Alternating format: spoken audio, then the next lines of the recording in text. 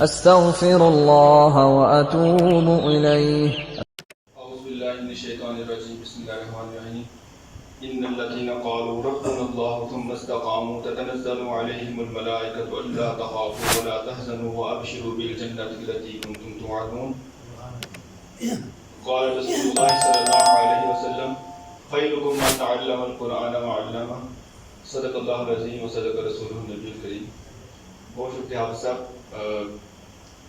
میں مبارک دوں گا حافظ صاحب کو کہ ماشاءاللہ خیر سے آپ کا قرآن مقدس آپ نے آج مکمل کیا. علماء کی محفل میں میں تو ایک دینی اعتبار سے ایک جاہل کا میرا رتبہ ہے، اور میرے ساتھ میرے استاد محترم بیٹھے ہیں قاری طارق صاحب، کافی لوگ جانتے بھی ہیں. اللہ تعالیٰ کا شکر ہے کہ اللہ تعالیٰ نے مجھے زندگی میں ایسے استاد سے نوازا جنہوں نے مجھے عقیدہ توحید اور دین کی طرف جوڑا. اور میں کہتا ہوں کہ اللہ کا شکر ہے، آج اللہ تعالیٰ کا بڑا انعام اور اکرام ہے ہمارے اوپر. یہ والدین کی دعائیں اور قاری صاحب کی محنت ہے بہت زیادہ ہے اس میں. اور حافظ شہباز صاحب سے تو ہم بچپن سے ہی ہم اسکول کے زمانے سے ہی پھر اکٹھے ٹائم گزرا گیا. حافظ شہباز صاحب بھی قاری طارق صاحب سے دعائیں لیتے ہیں اور خیر سے اللہ کا شکر ہے، اللہ تعالیٰ کی بڑی نعمتیں ہیں. میں دوبارہ کہوں گا کہ علماء کی موجودگی میں میرا بات کرنا بنتا نہیں، لیکن حافظ صاحب نے اصرار کیا تو ایک دو چھوٹی چھوٹی باتیں آپ کے ساتھ کروں گا. آیت میں نے جو آپ کے سامنے پڑھی ہے اس میں میں بھی قاری صاحب سے بات بھی کر رہا تھا. قاری صاحب نماز پڑھاتے تھے تو یہ قاری صاحب کی پسندیدہ آیات میں سے تھے. اکثر قاری طارق صاحب مغرب کی نماز میں یہ والی آیتیں پڑھتے تھے، سورۃ حامیم سجدہ کی. تو مجھے بھی پسند ہے، میں ترجمہ اس کا سنا دیتا ہوں آپ کو کہ ان الذین قالوا ربنا اللہ ثم استقاموا. آپ نے تصحیح کروا دی تھی، میں غلط ہوں، کہ بے شک وہ لوگ جنہوں نے کہا کہ ہمارا رب اللہ ہے، ایک اللہ ہے، اس کا اقرار کیا اور اس پہ استقامت کے ساتھ ڈٹ گئے، تو اس کے لیے پھر اللہ تعالیٰ آگے انعام دے دیں کہ تتنزل علیہم الملائکہ. اللہ تعالیٰ ان کی مدد کے لیے، ان کے بگڑے ہوئے معاملات کو بنانے کے لیے اللہ تعالیٰ فرشتے اتارتے ہیں، ان کی مدد کرتے ہیں، ان کے بازو بناتے ہیں ان کی سپورٹ کے لیے. وہ جو بھی کام ان کی کوئی رکاوٹ آ رہی ہے تو اللہ تعالیٰ کیا کہتے ہیں کہ تتنزل علیہم الملائکہ، اللہ فرشتے اتار کے ان کو سپورٹ کرتے ہیں. اور یہ بات کوئی ایک بات نہیں کہنا کہ فرشتے اتر سکتے ہیں تیری نصرت کو کتارت در کتارت بھی، کہ ہم تھوڑا سا ذرا اگر ایمانی جذبہ پیدا کریں تو میں نے اپنی زندگی میں عملی طور پہ دیکھا ہے کہ اللہ تعالیٰ ایسے فرشتے بھیج کے یقیناً آپ کے مسائل حل کر رہے ہوتے ہیں اور آپ کا بازو بن کے آپ کی مدد کر رہے ہوتے ہیں پوری طرح سے. اور مزید اس میں خوشخبری دی پھر کہ نہ کوئی اللہ تخافوا ولا تحزنوا، کوئی خوف، کوئی پریشانی، کوئی رنج، کوئی غم، کوئی ٹینشن بھی نہیں. جب اللہ کے اوپر بندہ پوری طرح سے ایمان لے کے آ جائے، استقامت اختیار کرے. اور اللہ پہ ایمان لانے کا مقصد یہ ہے کہ اللہ کی ذات، صفات، عبادات، اعمال، افعال میں کسی کو بھی اس کا شریک نہیں ٹھہرانا، کہ ہر طرح کے معاملات سارے کے سارے اللہ ہی سے ہی ہوتے ہیں.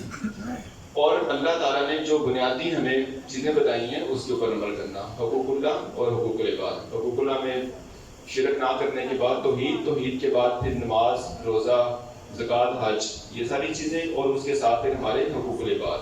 حقوق العباد میں پھر سب کے جیسے آپ سب نے بتایا کہ سب سے بنیادی حقوق ہمارے والدین کے حقوق ہیں. اس کے لیے ایک دوسری آیت ہے، وہ بھی ہماری بڑی پسندیدہ آیت ہے، وَقَضَىٰ رَبُّكَ أَلَّا تَعْبُدُوا إِلَّا إِيَّاهُ وَبِالْوَالِدَيْنِ إِحْسَانًا إِمَّا يَبْلُغَنَّ عِندَكَ الْكِبَرَ أَحَدُهُمَا أَوْ كِلَاهُمَا فَلَا تَقُل لَّهُمَا أُفٍّ وَلَا تَنْهَرْهُمَا وَقُل لَّهُمَا قَوْلًا كَرِيمًا وَاخْفِضْ لَهُمَا جَنَاحَ الذُّلِّ مِنَ الرَّحْمَةِ وَقُل رَّبِّ ارْحَمْهُمَا كَمَا رَبَّيَانِي صَغِيرًا. اس آیت کے شروع میں بھی اللہ تعالیٰ پہلے اپنی بتا رہے ہیں کہ ایک اکیلا اللہ ہی ہے، بڑے ریسرٹ کر کے امپیریٹو حکم دے کے اللہ تعالیٰ کہہ رہے ہیں. اس کے بعد ساتھ ہی پھر اللہ تعالیٰ نے اپنی بیان کرتے ہوئے، اپنے حقوق کو بیان کرتے ہوئے ساتھ ہی پھر والدین کے حقوق کی بات کر دی کہ والدین دونوں میں سے ایک یا دونوں بڑھاپے کی حالت میں، جوانی میں تو بندہ اپنے سارے کے سارے معاملات اچھی طرح سے چلا لیتا ہے، تو دونوں میں سے ایک بڑھاپے کی حالت میں آپ تک پہنچ جائیں تو آپ نے کیا کرنا ہے، بڑا اتنے مفصل انداز سے اللہ تعالیٰ کہہ رہے ہیں نا کہ آپ نے ان کو سپورٹ کرنا ہے، نرمی کے ساتھ بازو بنانے ہیں، ان کو سہارا، فزیکل سپورٹ بھی دینی ہے، ایموشنل سپورٹ بھی دینی ہے، مورل سپورٹ بھی دینی ہے. اور ان کو بڑھاپے میں عمر کے تقاضے کی وجہ سے بندہ بات دہراتا ہے، کوئی بات سمجھ نہیں آتی، کوئی تھوڑے سے اور سائیکولوجیکل ایشوز ہو جاتے ہیں، تو اس پہ کہا کہ آپ نے اف تک نہیں کہنا. دیکھیں نا اللہ تعالیٰ کتنا کھول کے بیان کر رہا ہے. اور نرمی کے ساتھ بازو اس سے مطلب یہ ہے کہ ان کو سپورٹ فزیکل سہارے کی ضرورت ہے تو وہ بھی دینی ہے، اور اف تک نہیں کرنا. اف کا مطلب یہ ہے کہ جو کم سے کم بھی کوئی ناپسندیدگی یا بیزارگی کا لفظ ہے وہ بھی ان کے لیے نہیں کہنا. فزیکلی ان کو ہر طرح سے سپورٹ دے کے پھر اس کے بعد ان کی بھی دعا بھی کرنی ہے. رب ارحمہما کما ربیانی صغیرا. تو جو یہاں بچے بیٹھے ہوئے ہیں ان کے لیے یہ بڑا اللہ تعالیٰ کا ایک نظام ہے کہ ہم حافظہ بیٹھے ہیں. باقی بھی جو ایگریکلچر کا زراعت کا بیک گراؤنڈ ہے، ہم گندم کاشت کرتے ہیں تو گندم کاٹتے ہیں، جو بیجیں گے تو جو کاٹیں گے، چاول بیجیں گے چاول کاٹیں گے. تو یہ بڑا سیدھا سیدھا سا ہے. ہم جیسا اپنے والدین کے ساتھ سلوک کریں گے ویسے ہی دنیا میں بھی ہمارے ساتھ ہوگا اور آخرت میں بھی ویسے ہی ہوگا. تو یہ بڑی پکی بات ہے. تو اپنے والدین کے ساتھ اچھا سلوک کریں. یہ جو ینگ بچے ہیں ان کے لیے بڑے واقعہ اور سناتا ہوں. ایک آدمی کا باپ بزرگ تھا، کھانسی کرتا ہوگا، کوئی بیماری ہوگی اس کو، ٹی بی کچھ اس طرح سے. تو تنگ ہوا، قالین دے کے اپنے باپ کو تو کہا یہ اٹھاؤ اور گیراج میں نہ جا کے کنارے پہ بیٹھ جاؤ. تو اس آدمی کا بیٹا دیکھ رہا تو اس نے کہا پاپا آپ نے دادا کو پورا قالین دے دیے، آپ آدھا قالین اس کو دیں، آدھا رکھ لیں. تو اس نے بڑی حیرانگی سے تعجب سے پوچھا کیوں آدھا قالین اس کو دوں؟ تو کہتا ہے ابو کل آپ نے بھی بوڑھا ہونا نا، تو آدھا قالین تو پھر میں آپ کو دے کے بیچوں گا نا تاکہ آپ ادھر جا کے وہ کریں. تو اس طرح سے والدین کے حقوق کا خیال کریں اچھی طرح سے، جن کے زندہ والدین اس سے استفادہ کریں. اور جو باقی ارد گرد باقی لوگ ہیں، پڑوسی ہیں، فیملی ممبر ہیں، باقی بہن بھائی ہیں، میاں بیوی، جو بھی رشتہ تعلق ہیں، تو اس کے حقوق کا اچھی طرح سے خیال کریں. بڑی دین ہمارا بڑا آسان ہے. ایسے بڑی خام خواہ میں پیچیدہ سی چیزیں ہو جاتی ہیں. کلمہ پڑھنا ہے، سیدھی سی بات ہے، داخل ہو گئے توحید کے اوپر قائم رہنا ہے. ٹھیک ہے، اللہ تعالیٰ اپنی ذات، صفات، عبادات، افعال، سارا کچھ، سارے معاملات افعال جو ہیں وہ اللہ تعالیٰ کے لیے. توحید کے اوپر سادہ سی بات، یہ عقیدے کی بات ہے، اس پہ کوئی زور بھی نہیں لگے گا. ٹھیک ہے، توحید سیکھ لیں، اس کے بعد نماز پڑھ لیں. اگر جیسے ہماری جاب ہے یا بڑی کوئی ہے، کم از کم فرائض ضرور پڑھ لیں. اس پہ خیر حافظ صاحب مزید فتویٰ دے سکتے ہیں. فرائض اپنے ضرور پورے رکھیں. نفلی ومن تطوع، نفلی عبادت جتنی بھی کر سکتے ہیں بہت اچھی بات ہے، لیکن کوئی جاب کی مجبوری ہے، کوئی اور ایشو ہے، کچھ نہ کچھ کوئی ہے، تو بنیادی فرائض پورے کر لیں. بہت زیادہ ٹائم نہیں لگتا. دن میں 5 دفعہ اللہ تعالیٰ ہمیں صحت دیتا ہے، عزت دیتا ہے، ہمیں اچھا اس نے خوبصورت انسان پیدا کیا، تو اللہ کے بھی حقوق ہیں نا، تو اللہ کا بھی ہم شکریہ ادا کریں. نماز پڑھیں، رمضان کے روزے رکھیں، زکوٰۃ دیں، جو بڑی بنیادی سی چیز ہے. اس کے ساتھ ساتھ جو حقوق العباد ہیں اس کا ذرا زیادہ توجہ سے خیال کر لیں کہ اللہ تعالیٰ شرک کے علاوہ جو چاہے معاف کر دے گا، لیکن جو حقوق العباد ہیں اس کا ساتھ ہمیں پھر. حافظہ بھی ایک دفعہ 2006-7 کی بات ہے، جمعہ پڑھانے کی یہ تیاری کر رہے تھے، تو میں نے ان کے ساتھ ایک تفسیر پڑھی تھی، تو دیکھا انہوں نے اس میں 2 لفظ تھے، اسم اور عدوان. اسم کہتے ہیں حقوق اللہ کو کاٹنا، خلاف ورزی کرنا، اور عدوان کہتے ہیں زیادتی کرنا کسی کے ساتھ.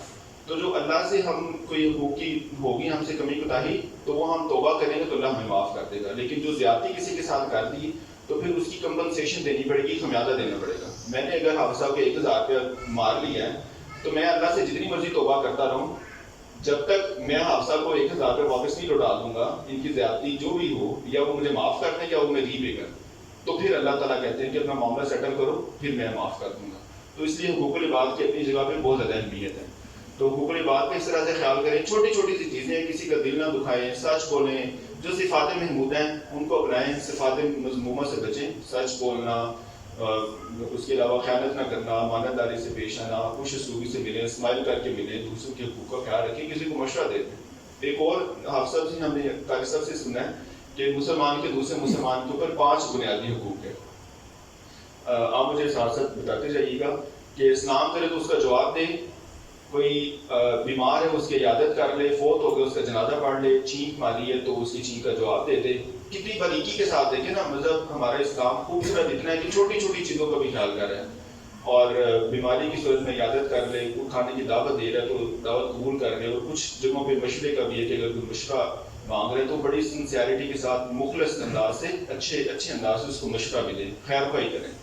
چھوٹی چھوٹی سی چیزیں ہیں، نیت اچھی رکھیں. اگر آپ کی نیت اچھی ہے تو اللہ تعالیٰ آپ کو پاک لگائے گا، یہ پکی بات ہے. دوسروں کی خیر خواہی کا جذبہ دل میں رکھیں کہ انسانیت کی خدمت کرنی ہے، ہمیں دوسرے لوگوں کو فائدہ کرنا ہے. وہ کسی صورت میں بھی مالی طور پہ ہو سکتا ہے، مشورہ دے دیں، کوئی فزیکلی کسی کو ڈاکٹر کے پاس لے جائیں، کسی کی تیمارداری کر لیں. جس طرح سے اللہ تعالیٰ آپ کو توفیق اور استطاعت دے رہا ہے تو آپ اس طرح سے دوسری انسانوں کی خدمت کا جذبہ دل میں رکھیں، دوسروں کی ہمسایہ پڑوسی ہے، فیملی ممبر ہے، اس کی مدد کر لیں، اس کو دیکھ لیں، اس کو لک آفٹر کر لیں، تو اللہ تعالیٰ آپ کو بہت زیادہ عزتوں سے رفتوں سے نوازے گا، یہاں پہ بھی اور آخرت میں بھی انشاءاللہ۔ جو بچے اسٹوڈنٹس بیٹھے ہوئے ہیں، آپ لوگ محنت سے پڑھیں اچھی طرح سے، جو بھی آپ پروفیشن جوائن کریں، سروس مین ہے، اے سی ڈی سی بننا ہے یا ڈاکٹر انجینئر بننا ہے، محنت سے لگن سے کام کریں گے انشاءاللہ تو اللہ تعالیٰ آپ کی مدد کریں گے، فرشتے بھیج کے، جیسے میں نے بتایا فرشتے آپ کے ساتھ آ کے بیٹھیں گے اور آپ کی ساری منزلیں آسان ہوتی چلی جائیں گی انشاءاللہ۔ ٹھیک ہے، آج کمٹمنٹ کرنے سارے اسٹوڈنٹس کی، اسی طرح سے نیت آپ کی اچھی ہونی چاہیے کہ ہم پڑھ کے جو بھی پروفیشن جوائن کریں گے مقصد ہمارا انسانیت کی خدمت کرنا ہوگا۔ سادہ سی آخری بات ایک دیہاتی انداز والی ہے کہ ہم گھر میں لے کے آتے ہیں، کوئی گائے یا بھینس لے کے آتے ہیں تو اس کا مقصد ہوتا ہے دودھ لینا، ایسے ہی ہے نا، دودھ کے لیے لے کے آتے ہیں تو جو سائڈ پروڈکٹس ہیں دیہاتوں میں جہاں گیس نہیں ہے وہ گوبر آتا ہے، وہ چلانے کے کام آ جاتا ہے۔ کبھی کسی آپ نے یہ نہیں سنا ہوگا کسی نے بھینس لی ہو کسی نے مجھے گوبر چلانے کے کام آتے ہیں، ایسے ہی ہے نا۔ تو پرائمری آبجیکٹو آپ اچھی پروڈکٹ کا رکھیں کہ جی ہم دودھ کے لیے کہہ رہے ہیں، میں پڑھ رہا ہوں تو میں لوگوں کی خدمت کروں گا، انسانیت کی خدمت کروں گا کسی نہ کسی انداز سے، جس پوزیشن پہ بھی پہنچوں گا۔ باقی جو بائی پروڈکٹس ہیں، پیسے ہیں، شہرت ہے، دولت ہے، وہ آٹومیٹیکلی آ جائیں گی، وہ خود ہی آپ کے پیچھے چلتی ہیں۔ ٹھیک ہے، اس طرح سے سارے لوگ اچھی نیت رکھیں، اچھی کمٹمنٹ سے کام کریں، اللہ تعالیٰ آسانیاں پیدا فرمائیں گے انشاءاللہ۔ ایسے ہی کوئی بعض اوقات کچھ لوگ ایسے نا دین کو بڑا کمپلیکیٹڈ پیچیدہ کر کے بتاتے ہیں، بڑی سیدھی سی آسان سی بات ہے۔ قرآن ترجمے والا کوئی گھر رکھ لیں، دن میں 2-3 آیتیں ضرور ترجمے کے ساتھ پڑھ لیں، اللہ تعالیٰ نے سیدھا لکھا، جہاں پہ آپ کو مخاطب کیا نا یا ایھا الذین آمنوا، وہاں ہمیں مخاطب کیا اللہ تعالیٰ نے نا، کیا ایمان والو، وہ آج اس کو ذرا غور سے پڑھ لیں، یاد کر لیں، کاپی پہ لکھ لیں۔ وہ 500-550 آیتیں ایسی جس میں ہمیں وہ ہدایت کی گئی ہے کہ سچ بولے، کم نہ بولے، خیانت نہ کریں، جھوٹ نہ بولیں وغیرہ وغیرہ۔ تو اس طرح سے چیزیں بڑی آسان ہیں انشاءاللہ۔ ایسے ہی ہم چلتے چلتے جنت میں بھی اکٹھے بیٹھے ہوں گے کسی طرح۔ سبحان ربک رب العزت عما یصفون، وسلام علی المرسلین۔